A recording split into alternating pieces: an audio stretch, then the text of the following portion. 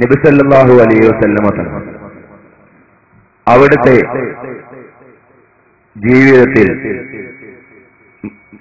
നബിദിനം ആഘോഷിക്കുകയോ, എന്റെ ചോദ്യം ശരിക്കും ശ്രദ്ധിക്കണം, മറ്റു വിശദീകരണം എനിക്ക് ആവശ്യമില്ല, നബിദിനം ആഘോഷിക്കുകയോ അല്ലെങ്കിൽ ഞാൻ ജനിച്ച ദിവസം റബീഉൽ അവ്വൽ 12-ന് നിങ്ങൾ ഇന്ന് സുന്നികൾ ചെയ്യുന്ന പോലെ ആഘോഷിക്കണമേ എന്ന് പറയോ, അല്ലെങ്കിൽ ഏതെങ്കിലും സഹാബികൾ റബീഉൽ അവ്വൽ 12-ന് ഇന്ന് നബി സല്ലല്ലാഹു അലൈഹി വസല്ലമയുടെ ജന്മദിനമാണ് എന്ന് പറഞ്ഞൊരു മിഠായിയെങ്കിലും കൊടുക്കോ ചെയ്തതായിട്ട് ഖുർആനിലോ അല്ലെങ്കിൽ സ്വഹീഹായ ഹദീസിലോ നിങ്ങൾക്ക് കാണിച്ചു തരാൻ സാധിക്കും?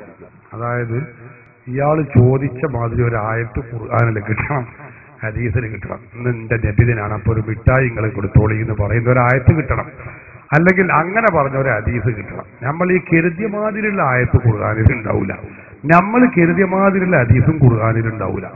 അതൊക്കെ അവിടെ നിൽക്കട്ടെ. നമുക്കിപ്പോ സുന്നിക്കും മുജാഹിദിനും തർക്കമില്ലാത്ത വിഷയമാണ് നിസ്കാരം 5 വഖ്താണ് അല്ലേ?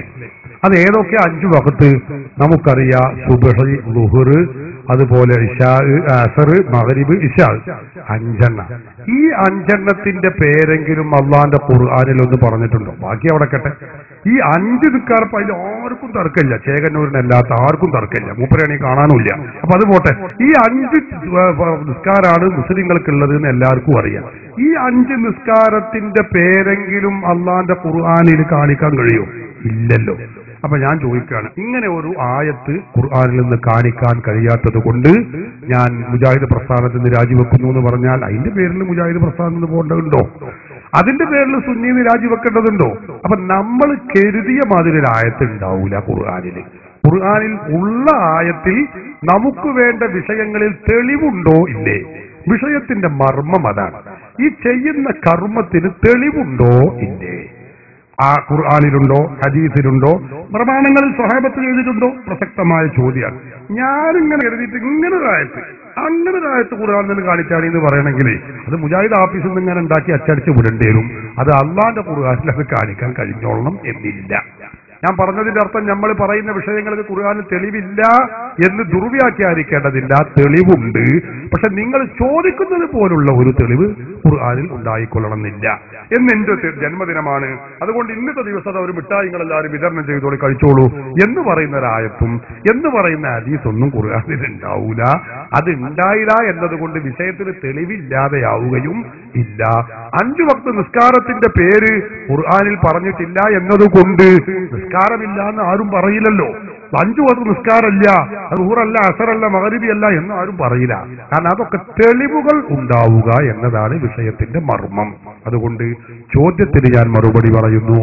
ആരംഭ റസൂലുള്ളാഹി സ്വല്ലല്ലാഹു അലൈഹി വസല്ലമ തങ്ങൾ ആ നബി തങ്ങളെ കുറിച്ച് സന്തോഷം പ്രകടിപ്പിക്കുന്ന ദിവസമാണ് റബീഉൽ അവ്വൽ മാസത്തിൽ 12ഉം അതിന്റെ ശേഷവും അപ്പുറവും ഇപ്പുറവും ഒക്കെ മുസ്ലിങ്ങൾ ചെയ്യുന്ന ഒരു ആചാരമാണ്.